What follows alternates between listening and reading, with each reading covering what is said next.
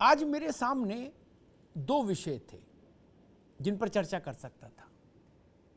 मेरे साथियों का कहना था कि आज संसद में स्मृति ईरानी और कांग्रेस अध्यक्ष सोनिया गांधी के बीच जो टकराव हुआ, जो तकरार हुई, उस झांव झांव पर हो जाए, बस बढ़िया रहेगी, रोचक। लेकिन मेरा मन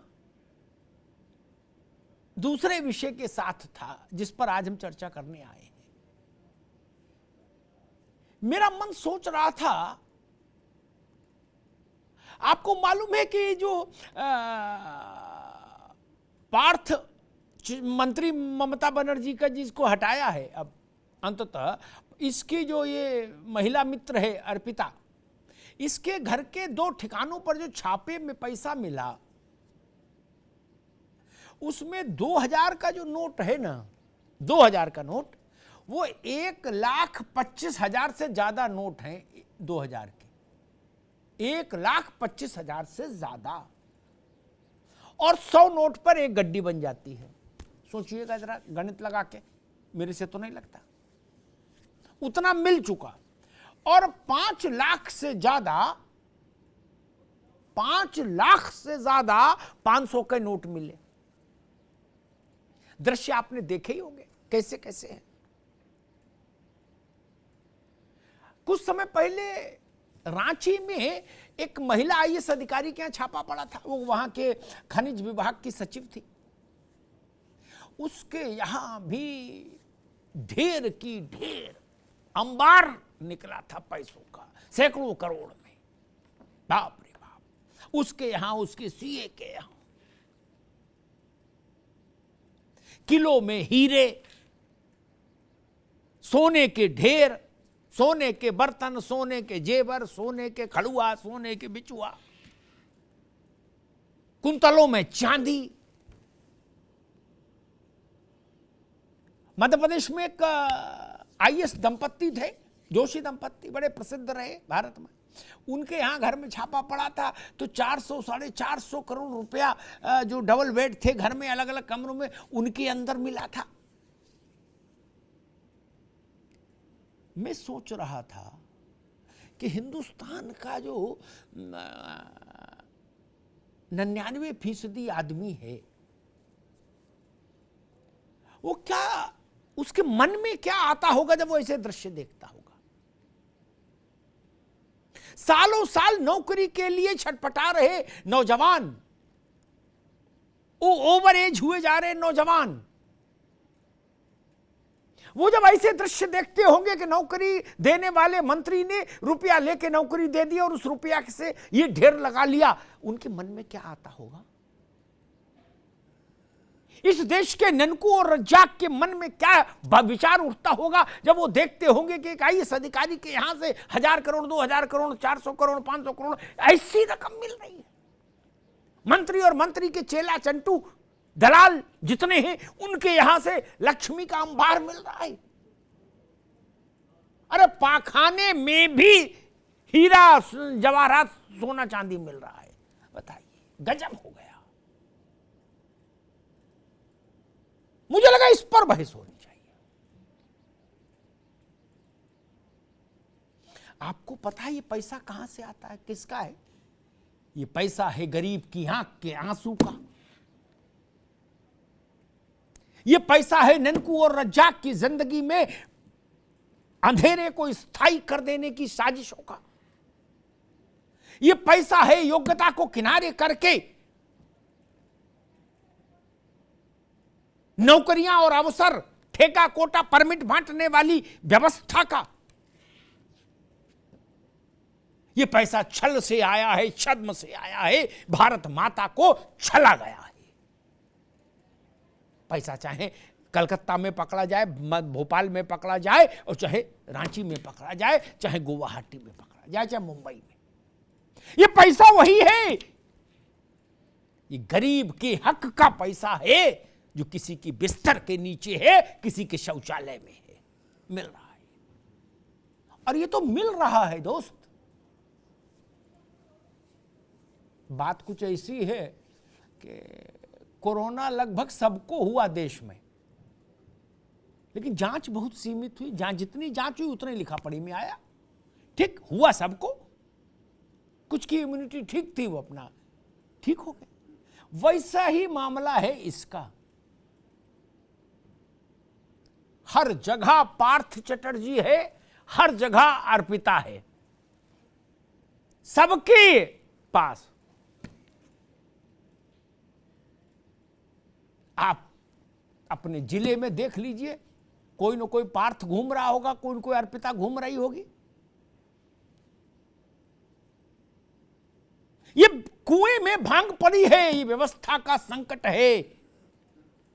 ये गरीब के पैसे को छलने का एक राष्ट्रीय कार्यक्रम है।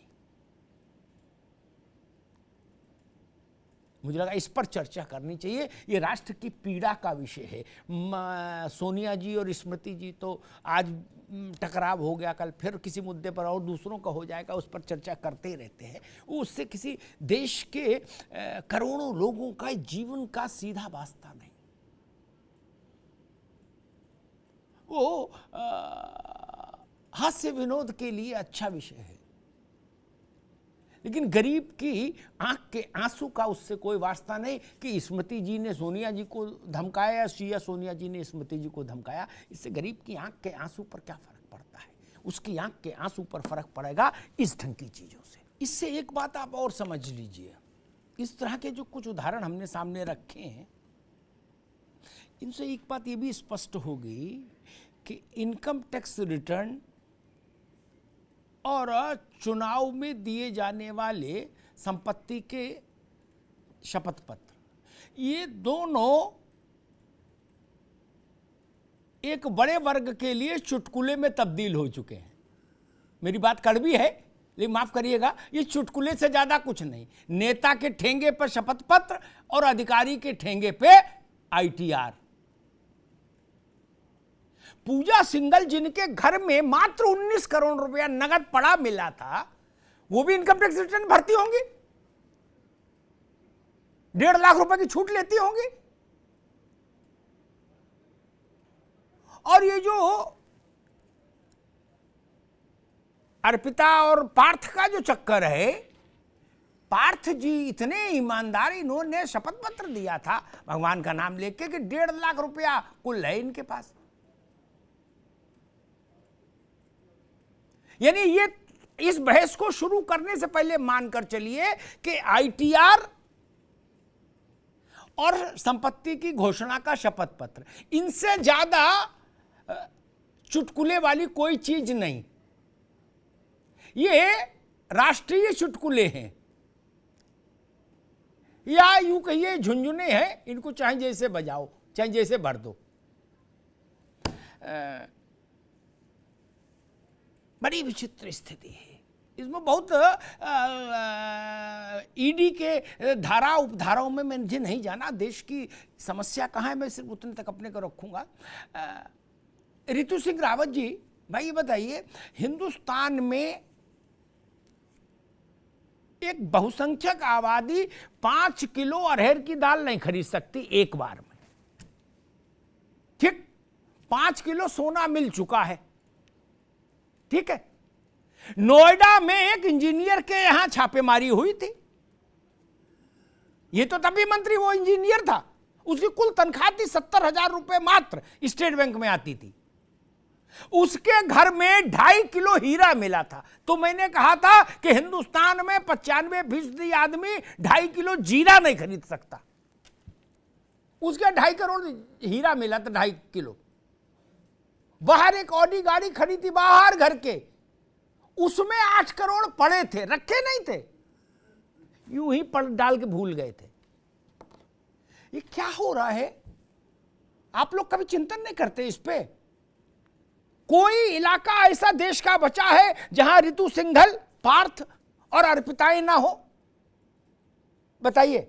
मेरा अपना तजुर्बा, कचहरी का नियम कायदे अलग हैं, सरकार के अलग हैं, लेकिन मेरा तजुर्बा व्यवहारिक सच ये है, भ्रष्ट अधिकारी और भ्रष्ट नेता को सब जग जानता है। पान की दुकान पर खड़े हो जाओ तो पता देगा पान वाला, चाय की दुकान पर खड़े हो जाओ पूरा डिटेल दे देगा। केवल व्यवस्था नहीं जानती उसको, सिस्टम। वो कहते आए ऐसा है, पता ही नहीं लगा। उसके घर के बाहर ही खड़े हो जाइए आप, जो धोबी प्रेस कर रहा हो उसके पास खड़े हो जाइए, पूछिए भाई इनका क्या हाल चाल है। अरे वो कहेगा भाई साहब पूछो नहीं, और सब डिटेल दे देगा जज साहब। लेकिन व्यवस्था नहीं जानती, उसको बताइए तो वो कहती है ऐसा हो रहा है, ओके लेट मी चेक।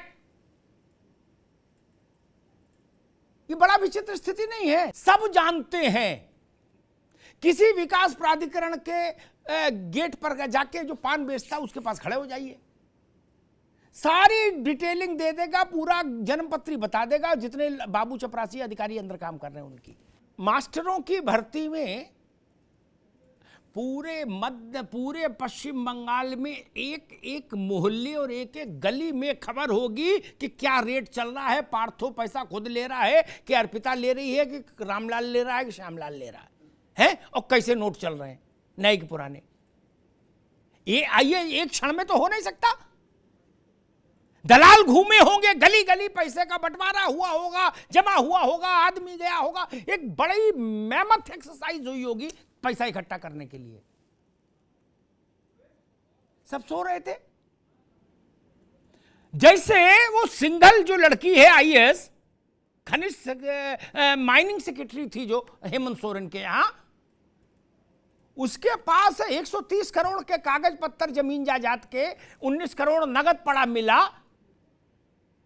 तो तांत्रिक क्रिया से थोड़ी पैदा किया होगा। पूरा रांची पूरा झारखंड जानता था कि भाई नोडल एजेंसी सिंघल है। जाने ना जाने, गुल ही न जाने, बाग तो सारा जाने है। इतनी बड़ी राशि। लक्ष्मी का स्वभाव मैं जानता हूं, लक्ष्मी बिना शोर के नहीं चलती। क्या सबको पता होता है कि भैया का रहन सहन बदल रहा है, क्या तुम आ रहा है माल, ठीक ठीक है ना। और सबको सबके वैलिड रिसोर्सेज पता है। एक एसडीएम है मान लीजिए, तो हमको उसकी तनख्वाह पता है कि 1,26,646 रुपया बैंक में आता है, क्या तो 1,26,646 रुपया के वाले कपड़े पहनेगा, वैसी घड़ी बांधेगा, वैसे स्कूल में बच्चों को पढ़ाएगा। अगर वो इससे इतर कर रहा है, इसका मतलब गरीब का पेट काट रहा है।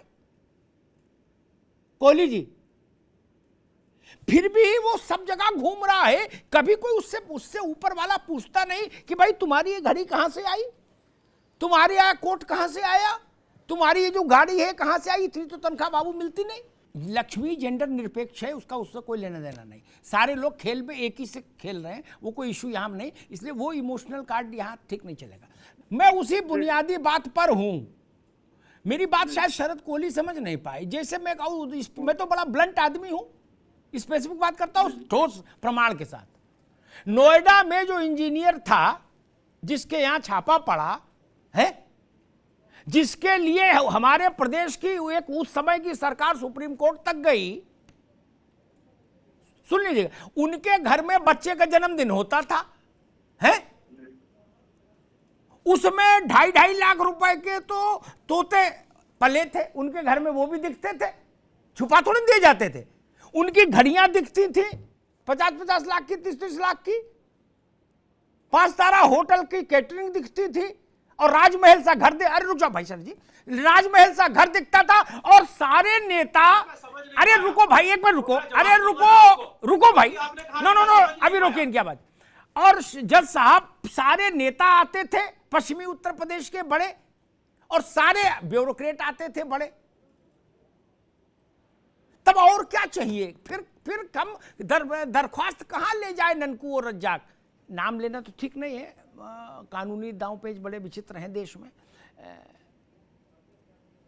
लेकिन कोई ऐसा स्तंभ नहीं जिसमें आप जाइए और बैठ के बाहर चाय पीजिए और पूछ लीजिए कि भैया फला के यहां काम है, सेटिंग कौन करा देगा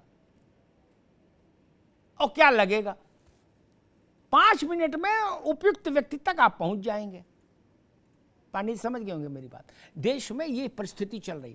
एक बात ठीक है कि पकड़ा गया, लेकिन जो बात पांडे जी उठा रहे हैं वो उस बात को मैं और स्पष्ट करके पूछता हूं, इतना पैसा इकट्ठा कैसे हो गया जब देश में तमाम एजेंसियां इसी बात की तनख्वाह ले रही हैं कि भाई ये क्या करती, बोले ये सूंघती रहती हैं सब जगह ताकि कहीं कोई पैसा इकट्ठा ना करे नियम कायदे के विपरीत।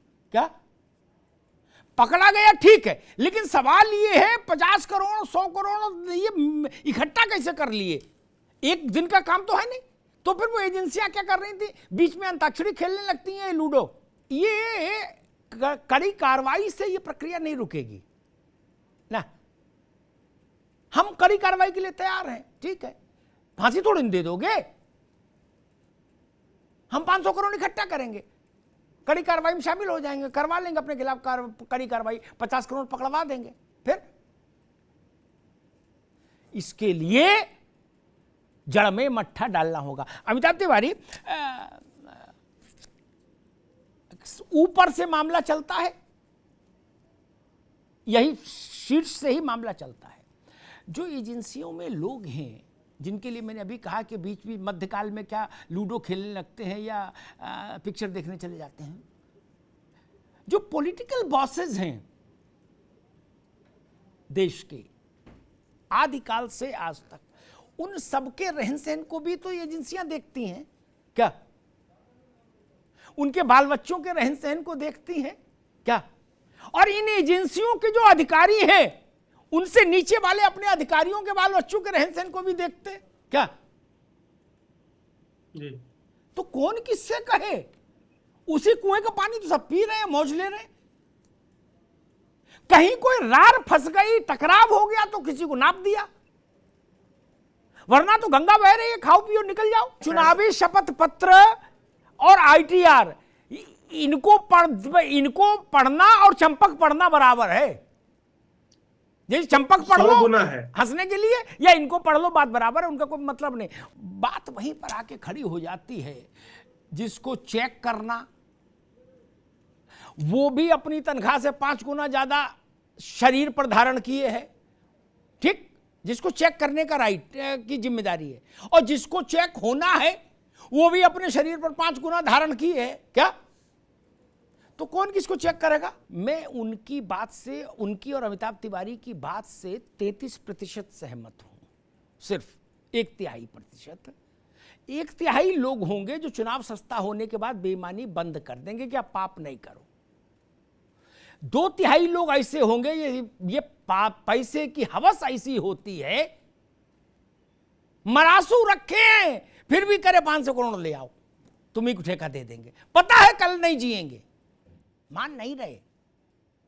उन्हें कौन चुनाव लड़ना?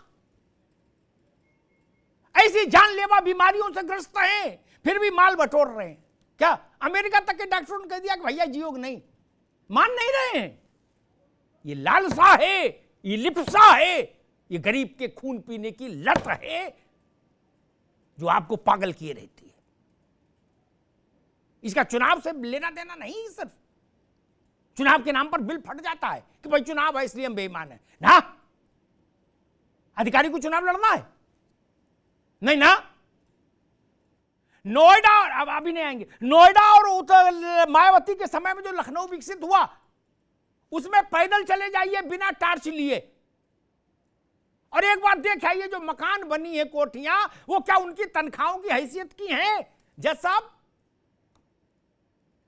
जो अधिकारियों ने कोठियां बनवाई हैं 1000 मीटर के प्लॉट पे, 500 मीटर के प्लॉट पर, सिर्फ आंखों से सर्वे हो जाए, क्या वो उनकी आर्थिक हैसियत को इक्वेट करती है? मैंने ये पूछा, ध्यान से सुन लीजिए, नोएडा के कुछ सेक्टर और नया लखनऊ जो मायावती के समय में बसा, उसमें 1500 मीटर वाली जो कोठियां अधिकारियों ने बनाई हैं, उन कोठियों का आंखों से परीक्षण कर लीजिए, वैज्ञानिक परीक्षण नहीं, और उनकी टोटल तनख्वाह अब तक की जोड़ लीजिए, आपको समझ आ जाएगा कि क्या मसला है। इसके लिए कोई सीबीआई और आईबी की जांच होगी क्या? जब सबको पता है, आंखों से दिख रहा है, दूरबीन नहीं लगानी, कमेटी नहीं बनानी है, सबको पता है कि भाई ये फलाने प्राधिकरण में नक्शा पास करने वाले अधिकारी है, इसकी तनख्वाह होगी 70,000 रुपया, 80,000 रुपया कुल। क्या इसके बच्चे भी देश विदेश में महंगे स्कूलों में पढ़ रहे हैं, 5-7 गाड़ियां भी हैं, बंगला भी बड़ा है, 4-6 सफारी, काले सफारी पहने, वॉकी टॉकी लिए, बाउंसर भी साथ रखता है। तब इसके लिए अमेरिका से विद्वान लोग आएंगे जांच करने, हिंदुस्तान में आंखों से दिखता नहीं। मेरे पास तो बहुत सरल उपाय होते हैं। लंबे उपाय का मतलब धूर्तता, लंबे उपाय बताने का मतलब कि जन जागरण करो, सबकी सहमति बनाओ, समझ लो कुछ नहीं करो, इसका अर्थ होता है कुछ नहीं करो। मैं एक छोटा सा उपाय और बताता हूं ऋतु सिंह, वही सवाल है। यह तय हो जाए कि शादी में जहां भी जाएंगे खाना भी खाएंगे, नेक भी देंगे, लेकिन आंख कान नाक खुली रखेंगे। क्या?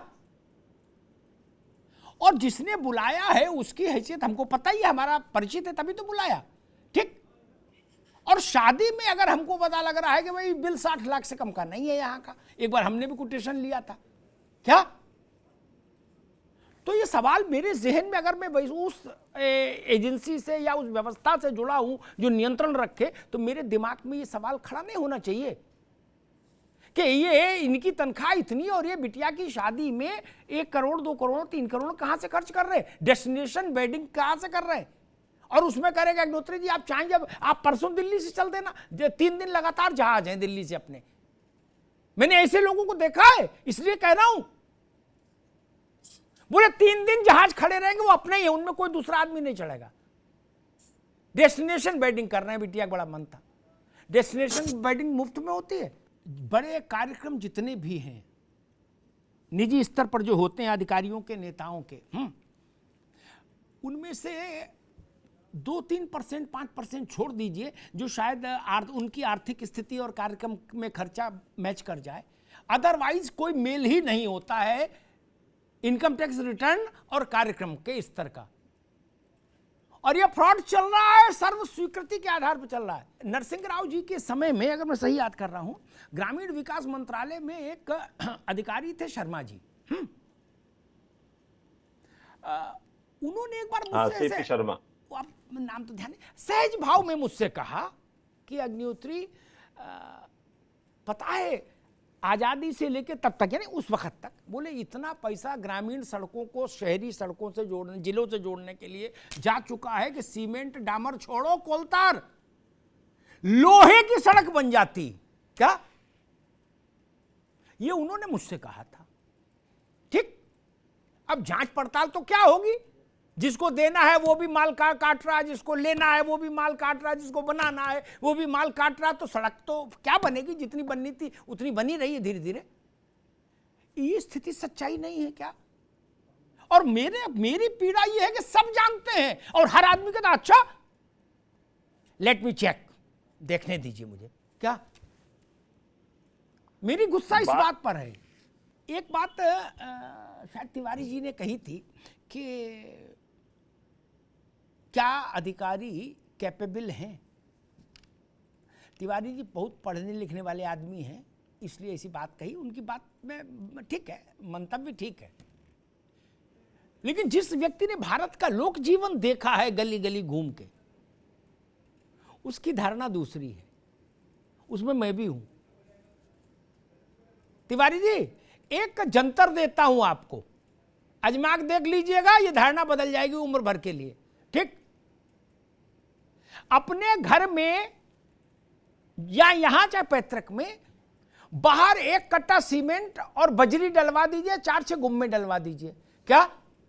जिससे ये इंप्रेशन जाए, फॉल्स ही सही, कि कुछ निर्माण कराएंगे आप। क्या? 24 घंटे के भीतर संबंधित सभी निकायों के गुमाश्ते आपके पास आ जाएंगे। क्या? अमेरिका में भी इतना फास्ट नहीं चलता। इस बाइडेन को पता लग जाए, वो यहां सीखने आ जाए। पता है आपको, देवरिया में जो काम कर रहा है वो भी इतना स्मार्ट है जितना वॉशिंगटन वाला नहीं है। ये आपने हुनर यूं ही अपमानित कर दिया भारत के तंत्र को। जरा छज्जा आधा फुट बढ़ा के देख लीजिए। अगर सारे नियम कानूनों के साथ और हाई कोर्ट और सुप्रीम कोर्ट के जजमेंट के साथ जूनियर इंजीनियर पान खाता हुआ हाथ में चूना लगा के मोटरसाइकिल पे आके आपके घर के बाहर हॉर्न नहीं दे तो कहना कि दो हस्ताक्षरी के कार्यालय में उपस्थित हो। और सरल उपाय बताए देते हैं। इसलिए आगे से कभी कोई ये ना कहे कि भारत के तंत्र में कमी है ना, ऐसा तंत्र दुनिया में कहीं हुआ ही नहीं पैदा। इससे भी शार्प बताए देता हूं। ओंकारनाथ सिंह जी भी नेता रहे हैं, तो वो शायद इससे कभी यूज टू हो, उनका इनकाउंटर हुआ हो या ऋतु का हुआ हो, हमारा तो होता ही है।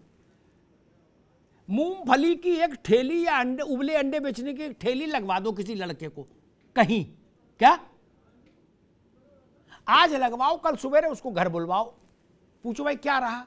वो कहा कि नगर निगम से आया था, थाने से आया था, और गुड्डू भैया का भी कोई आदमी था, कोई गुड्डू भैया थे, उनने कहा भाई 25 रुपये हमारा भी लगेगा रोज। इतनी तेजी से कहीं कंप्लायंस है? तिवारी जी आप तो विदेश भी घूमते हो तो मैं पत्रकारिता छोड़ दूंगा, है क्या? हाँ ना बोलो।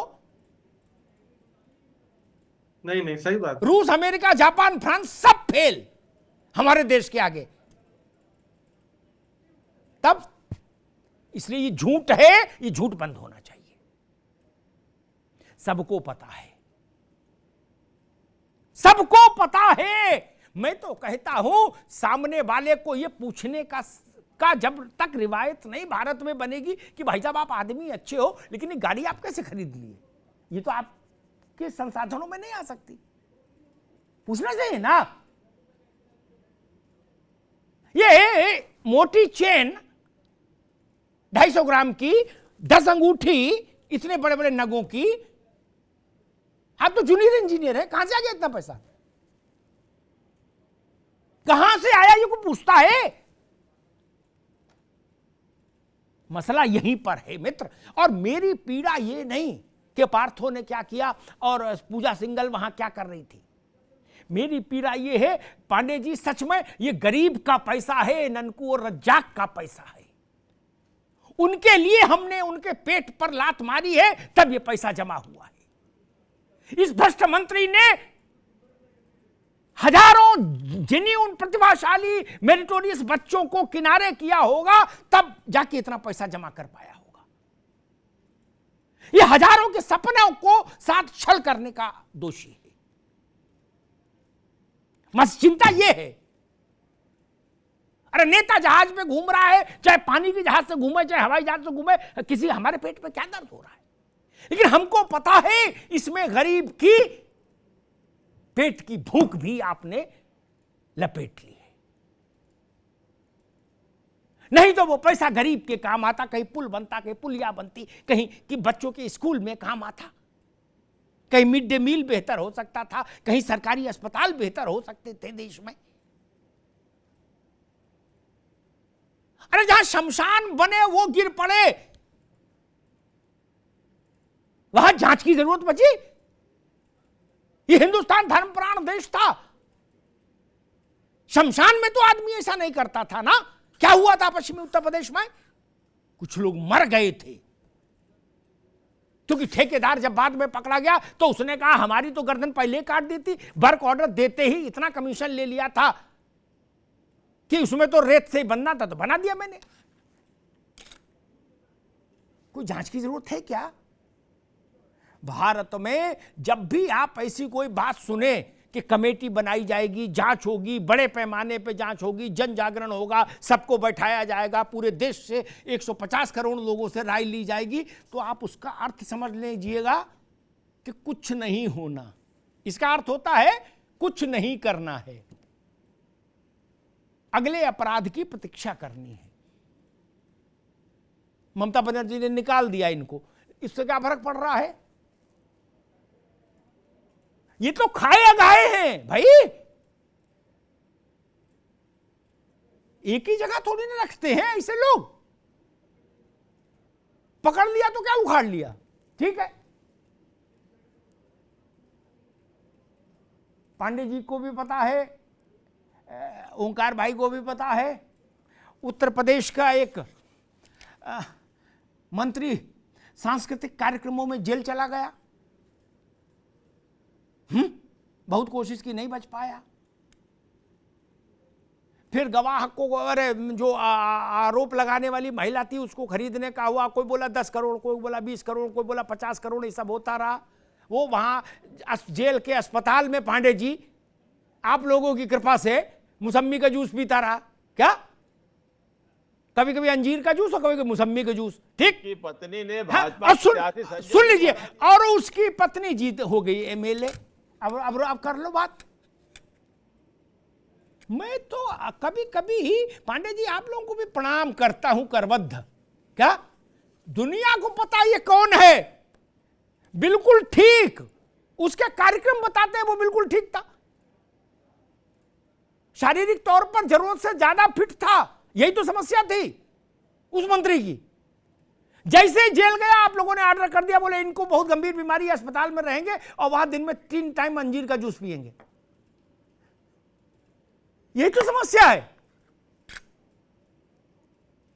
सख्ती वाली सेल में रखते तो अकल ठिकाने आती। वहां एसी भी लगा है, कूलर भी लगा है, नर्सें भी सेवा कर रही हैं, उनको क्या फर्क पड़ रहा है? टेलीफोन भी है। ये समस्या है। ये भारत में पैसे की कमी नहीं कोहली साहब, पैसा बहुत है, वो गरीब तक पहुंच नहीं पाता। सिर्फ समस्या इस बात की है। इसलिए कहीं नमक रोटी खा के आदमी को जिंदा रहना पड़ रहा है इस देश में। पैसे का वितरण ठीक नहीं, संसाधनों का वितरण ठीक नहीं, इसलिए ये समस्या है। ये ऐसी नहीं है कि भाई आर्थिक समानता, बेसिक बुनियादी सुविधाएं सबको मिल सकती हैं। अब देश उतना समृद्ध है, लेकिन तब तक ये संभव नहीं होगा जब एक किसी के टॉयलेट में 5 किलो सोना मिलेगा, किसी जूनियर इंजीनियर के छापे में 2.5 किलो हीरा मिलेगा, तो गरीब के घर में बल्ब नहीं जलेगा, प्रकाश नहीं आएगा। ये जान लीजिए।